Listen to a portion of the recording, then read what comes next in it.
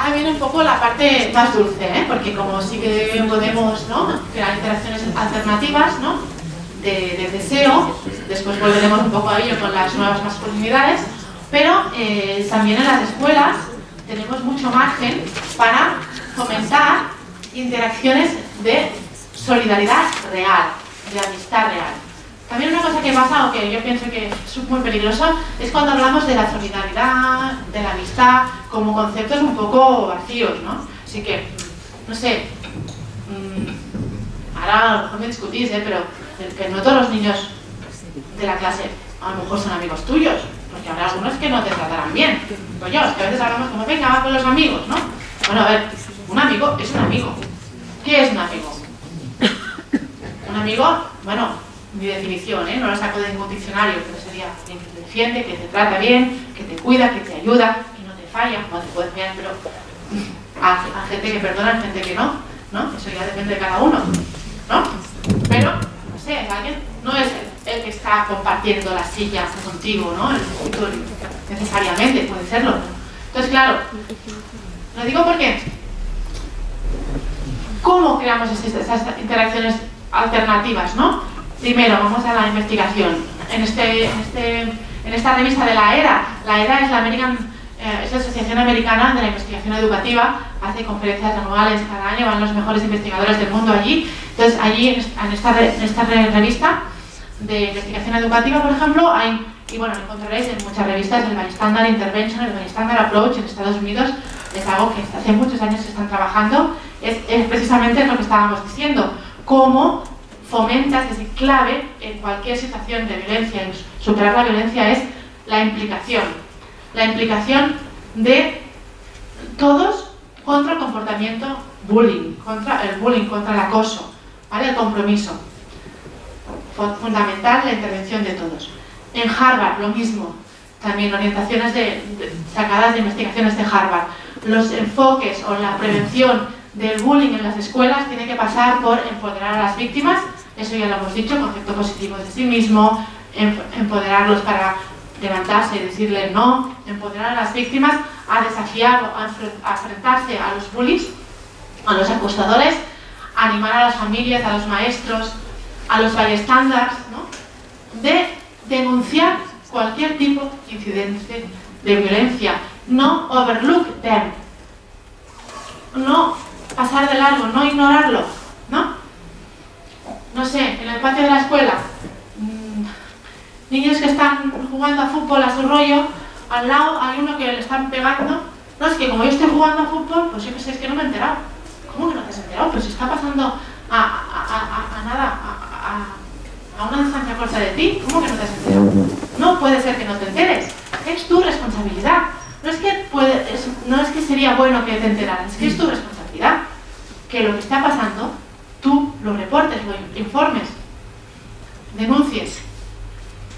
Pero los niños y nosotros también. Y ya os digo, no lo hacemos. Ya os he hablado de lo que pasa en la universidad, no lo hacemos. Y, en definitiva, crear un ambiente en la escuela que prevenga y que censure el bullying.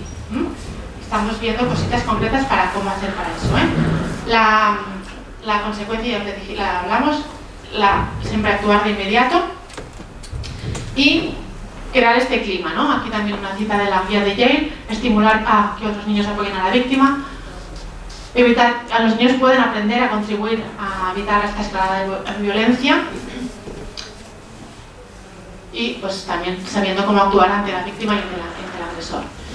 En este sentido, sí que a mí me gustaría incidir en eso, ¿no? En cómo transmitimos a los niños que haciendo eso son más amigos, ¿no? Que es así como se es amigo y que los amigos son los que hacen eso. Si tienes un compañero que no te ayuda, pues bueno, pues no estás siendo amigo en ese momento, ¿no? Entonces, en este sentido, la literatura clásica universal también nos da muchos referentes, ¿no? Por ejemplo, hay niños que también trabajan mucho el tema de las emociones y el tema de los comportamientos a través de las tertulias clásicas dialógicas, ¿no? A través de las tertulias literarias dialógicas, debatiendo libros como Don Quijote o La Odisea, ¿no? Pues tenemos algunas citas de niños como a partir de estas reflexiones de la literatura clásica se dan cuenta del valor central de la amistad, ¿no?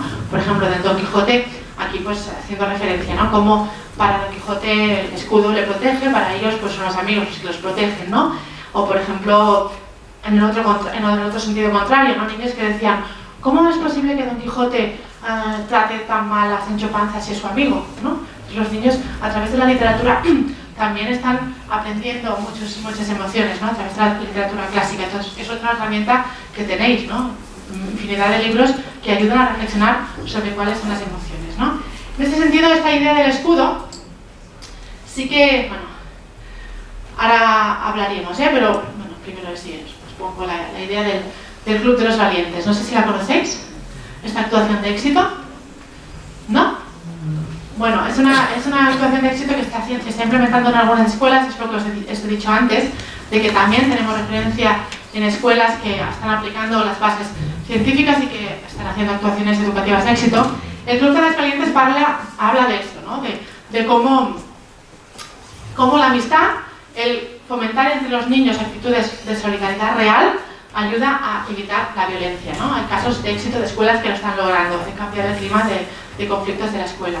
En los Clubes de los Valientes, los niños, cuando hay un agresor, cuando hay un niño que pega a otro, los niños que están comprometidos con esta idea, pues se ponen enfrente, hacen escudo, ¿no? Igual que Quijote tenía el escudo, ellos tienen el escudo de los amigos, hacen escudo humano, ellos dicen somos el escudo humano, la víctima queda atrás y entonces al niño le dicen no te vamos a tolerar que trates así a Pepe o a Juan y ahora te quedas en este rincón un ratito, los cobardes, piensas un ratito y cuando quieras ser de los valientes, pues te vienes. Eso también lo están teorizando los educadores en diferentes partes del Estado español, están trabajando sobre ello. Saldrá, creo, un artículo próximamente en Cuadernos de Pedagogía que va sobre esta experiencia. ¿Aquí qué se trabaja? Aquí, ¿qué elementos de lo que estamos hablando se incorporan? Se incorpora la idea de amistad, de ayudar a los niños a entender lo que es ser amigo, que es posicionarse. Es posicionarse. En el tema de la violencia no puede haber medias tintas. O te posicionas o no te posicionas. Pero si no te posicionas, eso también tiene unas implicaciones. Me explico. No posicionarse también es posicionarse. Es posicionarse a favor del agresor, porque no estás actuando. No estás contribuyendo a acabar. Pero te posicionas o no te posicionas siendo amigo o no siendo amigo. Sí. Porque acabamos de decir que los niños no por ser porcentaje de tienes que ser amigo, sino si hay que posicionarse cuando eres amigo y cuando no. Eso es. Sí. Lo que pasa es que tampoco podemos decir que todos son amigos, ¿entiendes? Porque realmente un amigo es el que se posiciona. Si tú tienes un amigo que no se posiciona... Pero el valor y la valentía también es posicionarte cuando tampoco es amigo. Cuando no lo conoces, quieres decir. ¿No? O cuando sea de clase, pero tampoco. Sí, exactamente, sí. Lo que pasa es que, en el sentido de que cuando son amigos, si tú trabajas, bueno, lo diré de otra forma, cuando más los niños hacen eso, más amigos son. Sí. ¿Entiendes? La víctima le va a querer con locura. Luego, bueno, más amigos son, porque si tú aprendes, si tú dices a los niños que los que son amigos son los que te cuidan, ¿no? Aunque haya gente que no es amiga tuya que te está cuidando. Eso es ¿vale? lo que quiere decir el mensaje, que los amigos que cuidan y los que no son amigos no es el mensaje. No es que los amigos que no son amigos no te cuidan. Pero también es enseñar a los niños que cuanto más se cuiden, más amigos serán. Cuanto más se defiendan. Después cada uno decide con quién es amigo, que los niños deciden con quién son amigos y con quién no. Pero por ejemplo, lo he de otra forma. A veces hay niños que dicen, no, es que este es mi amigo. Y le está machacando. Es constante el machaque de ese niño, pumba, pumba, pumba cada día. Pero ¿cómo que es tu amigo? Pero a ver, ¿qué es un amigo? Léelo al revés. Claro que uno que no es tu amigo te puede ayudar, pero un amigo no te machaca, no sé cómo decirte. Y que cuanto más trabajemos en esta línea, más amigos seremos. Y después tú decides con quién eres amigo, quién invitas a las fiestas y con quién te vas de excursión. Es que eso es otra cosa. ¿Sí? Sí, independientemente de que me guste o no me guste, por ejemplo, es que dices, el mensaje antes, no lo hacemos, cambiaría, lo hacemos poco. Mira Alejandro Sanz, yo creo que ese ejemplo, o sea, está chapo. Sí, pero... Y no del amigo. Sí, claro, sí, de acuerdo. Entonces vamos a cambiar también, como ha dicho el compañero, lo hacemos poco, pero aquí estás tú para que nosotros lo tenemos que hacer. Pero, sí, me acuerdo. Como si no vais con la sensación de va. Sí. No quiero ser pesimista y simplemente es porque es verdad, lo hacemos poco, pero podemos hacer más. Porque si lo hiciéramos mucho, Y vamos a hacer no tendríamos estos problemas, ¿no? Una cosa te digo, que es verdad, pero mira, el otro día que no lo sabía, pero me dijeron que está recibiendo un mogollón de críticas. No, de machista, de todo. Fíjate, no, lo digo porque veamos en qué sociedad estamos también, que nos puede gustar o no, pero simplemente la reflexión. Me están diciendo... La reflexión equiparada al chico este que le están las fans, pues igual. Sí, pero cuando hablábamos de antes, ¿no? De en qué sociedad vivimos, ¿no? Bueno, pues ya, tenemos evidencias cada día. Nos puede gustar o no este personaje o esta persona, pero bueno, que reciban críticas, y yo no lo he leído y ya te digo que lo miraré, porque no sé, pero que reciban críticas por ayudar a una persona, ¿no? Bueno, que ya me miraré bien, pero a mí de entrada me pareció un poco... Y en este tema, con lo que es, ahora. Pero que para mí es significativo que estas críticas a qué responden. ¿A qué responden estas críticas? Bueno, pues eso, a donde estamos, donde vivimos, ¿no? Pero bueno, volviendo un poco a esta experiencia, ¿qué elementos más hay aquí? Bueno, hemos dicho, ¿no? La amistad se ayuda. Estamos enseñando a los niños a qué quiere decir, si quieres serlo, amigo, y aunque no seas amigo de él, que es ayudar a los demás, que es ser solidario. Estás trabajando con el lenguaje del deseo, ¿vale? Porque el que ayuda es el valiente y todos quieren ser del club de los valientes. Bueno, pocos niños no querrán ser del club de los valientes. O sea, por tú eres del club de los valientes, estás defendiendo, vamos a hacer el club de los valientes. Y si no, es que eres un cobarde. O estás comportándote como un cobarde. Que puedes cambiar, Entonces, pero de momento así no. Lenguaje del deseo. ¿Sí? Y después, ¿qué es? La atención está para la víctima, el apoyo es a la víctima, ¿no? Te ayudamos, somos amigos tuyos, estamos contigo. No se queda un dibujito de que la víctima sola y aparte es el chivato, ¿no? No. Al revés. Se invierte. Y el otro, pues se encuentra usted, ¿verdad? Bueno, si es listo, pues sí. Me estoy quedando solo. Yo quiero estar con ellos. Y es efectivo, Es decir, los niños cuando se dan cuenta que los parámetros, los patrones de conducta y de valoración cambian, pues cambian las actitudes. Ya os digo que próximamente se va a publicar un artículo sobre ello, de gente de escuela que lo está practicando, que lo está haciendo, y todo esto está basado en evidencias científicas, por tanto hay referentes también, ¿no? Entonces, bueno, ¿por qué importancia de la amistad? Pues bueno, porque es enseñar a las víctimas a ser más eso, a cuidar a los demás, a solidarizarse. Las víctimas dejan de sentirse solas y los agresores dejarán de tener un poco la complicidad de esos niños que siempre encuentran. Es decir, ¿por qué hay niños que le siguen el juego, ¿no? al agresor, ¿no? Pues porque si hay un clima en el que eso no computa, que ni se te ocurre porque entonces estás con el cobarde, ¿no? Ya no habrá estos círculos sociales, ¿no? de apoyo al agresor. Sí, por tanto, también estás ayudando no solo al agresor y a la víctima, sino a todos los demás a tener referentes claros. Es un trabajo muy de grupo. Por eso antes decíamos que es muy importante trabajar con el grupo, no solo con el niño o la niña que son víctima o agresor, ¿no? Otro ejemplo de una madre y una maestra. El otro día estaba en el patio y una niña de quinto vino a pedirme ayuda porque uno de su clase le estaba llamando prostituta. Mi hijo me lo contó, no se habían dado cuenta de que tenían que haberlo contado antes, pensaban que traicionaban al agresor. Le han apoyado desde entonces. Y aquí también una frase importante, es decir, claro, esto también se da en las escuelas, ¿no? Niños que tienen amigos, ¿no? Que están agrediendo o siendo violentos con otros niños, ¿no? Entonces, claro, no se posicionan porque son amigos. Es como que le delatan, ¿no? ¿Cómo rompes estas ideas equivocadas de lealtades, ¿no?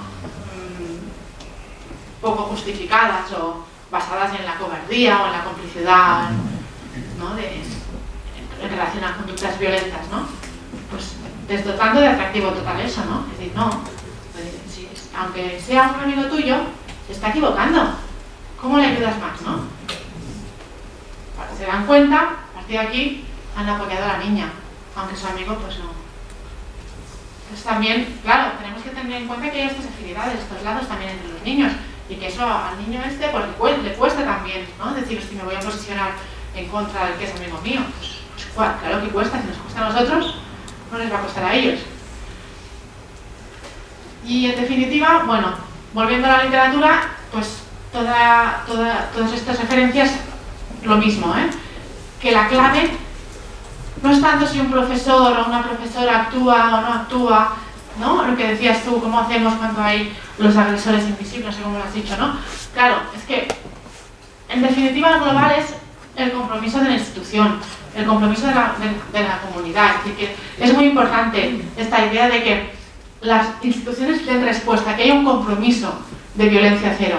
Cuando os hablaba de las universidades, hay una lucha muy grande en Estados Unidos. Bueno, últimamente ha habido un reportaje hace nada en documentos de Google explicando casos de agresiones sexuales en las universidades estadounidenses, ¿no? Pero hay investigación sobre este tema desde los años 80, ¿vale? En las principales universidades del mundo se sabe de que hay violencia de género y hay algunas que están trabajando con comisiones, con organismos específicos contra el acoso sexual en las universidades. Harvard, Berkeley, todas tienen estas políticas, ¿no? Lo que pasa es que también hay mucha dificultad, incluso sabiendo que eso existe, que las instituciones reconozcan la problemática y se posicionen. Entonces, una de las principales luchas que hay en estas universidades, por parte de los sindicatos de mujeres, de los sindicatos de estudiantes, es que las universidades se pronuncien públicamente en sus webs. Esta institución no tolera la violencia de género o se posiciona a intolerancia cero, ¿no? Entonces diréis, bueno, pero esto es un bla bla bla. Bueno, pues se puede considerar un bla bla bla, pero si no hay este posicionamiento, si no hay este compromiso, el trabajo, hacer por debajo, es mucho más difícil, ¿no? Todas las dificultades que hay se doblan. Y eso es un poco todo el trabajo que se está haciendo en esta línea, es partiendo de eso, ¿no? de la necesidad de que las instituciones se comprometan, ¿no? Hay un momentito que explico un caso.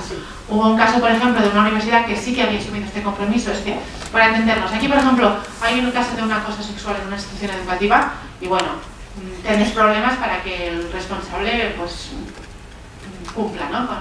Es decir, tenga represalias o tenga consecuencias, ¿no? En una universidad de Estados Unidos, por ejemplo, aunque siguen habiendo muchas dificultades, pues sucedió un caso en Penn State University de que un entrenador del equipo de fútbol americano o de fútbol de la universidad hizo acoso sexual, dimitió evidentemente echaron a esta persona, pero incluso dimitió el presidente de la universidad, ¿no? Porque había un compromiso de la institución en contra de esta situación, se había un compromiso de la institución en contra de estas situaciones de agresión, ¿no? Y eso tiene consecuencias, si se incumplen si se dan estas actuaciones, tiene consecuencias. Eso es lo que también es efectivo. Perdón. No, hablando sobre eso, hemos visto que Spotlight ha ganado el Oscar, sí. Y casi nadie dice que Lady Gaga salió diciendo que ella había sido, vamos continuamente sobre, por ejemplo, sobre los abusos sexuales. La película es un abuso sexual sobre lo que pasaba en Boston con la Iglesia Católica. Se está continuamente haciendo hincapié sobre los abusos, por ejemplo, de la Iglesia, que representan un 3-4% de lo que hay en la sociedad. Y cuando Lady Gaga salió con un grupo de jóvenes diciendo que estaba contra todos los abusos sexuales, ella ha hecho unas declaraciones que fue violada en cuanto entró en la universidad, sí. Que debe de haber un acoso y sí. Un esto espantoso en las universidades americanas. Entonces, de hecho, yo no había dicho nada hasta ahora, me daba vergüenza, me sentía mal. Entonces, cuando decimos, díganlo por favor, díganlo, pero todos, en la universidad, en la familia, los profesores, los monitores, todos. Esa es una lacra que hay que quitar y no hay que utilizar para ir contra una institución. Es una lacra de todos y hay algo que hay que quitarlo y hay que trabajarlo y sobre todo con los jóvenes y con todo eso. Tienes que decir cuando te pasa algo, pero no utilizar para atacar algo. Completamente de acuerdo. Si no, el caso de la violencia de género en las universidades en las estadounidenses es una problemática. Me llamó la atención cómo estamos continuamente, ayer lo oí en la radio, cómo otra vez estaban diciendo, es que a mí un cura me hizo no sé qué. Y estos problemas que hay en nuestra sociedad, en una universidad, casi nadie ha hecho alusión a lo que ella dice. Y a mí me violaron en la universidad y no lo había dicho. Decidlo, por favor, en todos los aspectos, haga quien nos haga. También un cura, pero también un profesor, también un compañero, también un familiar, también todos. Completamente de acuerdo.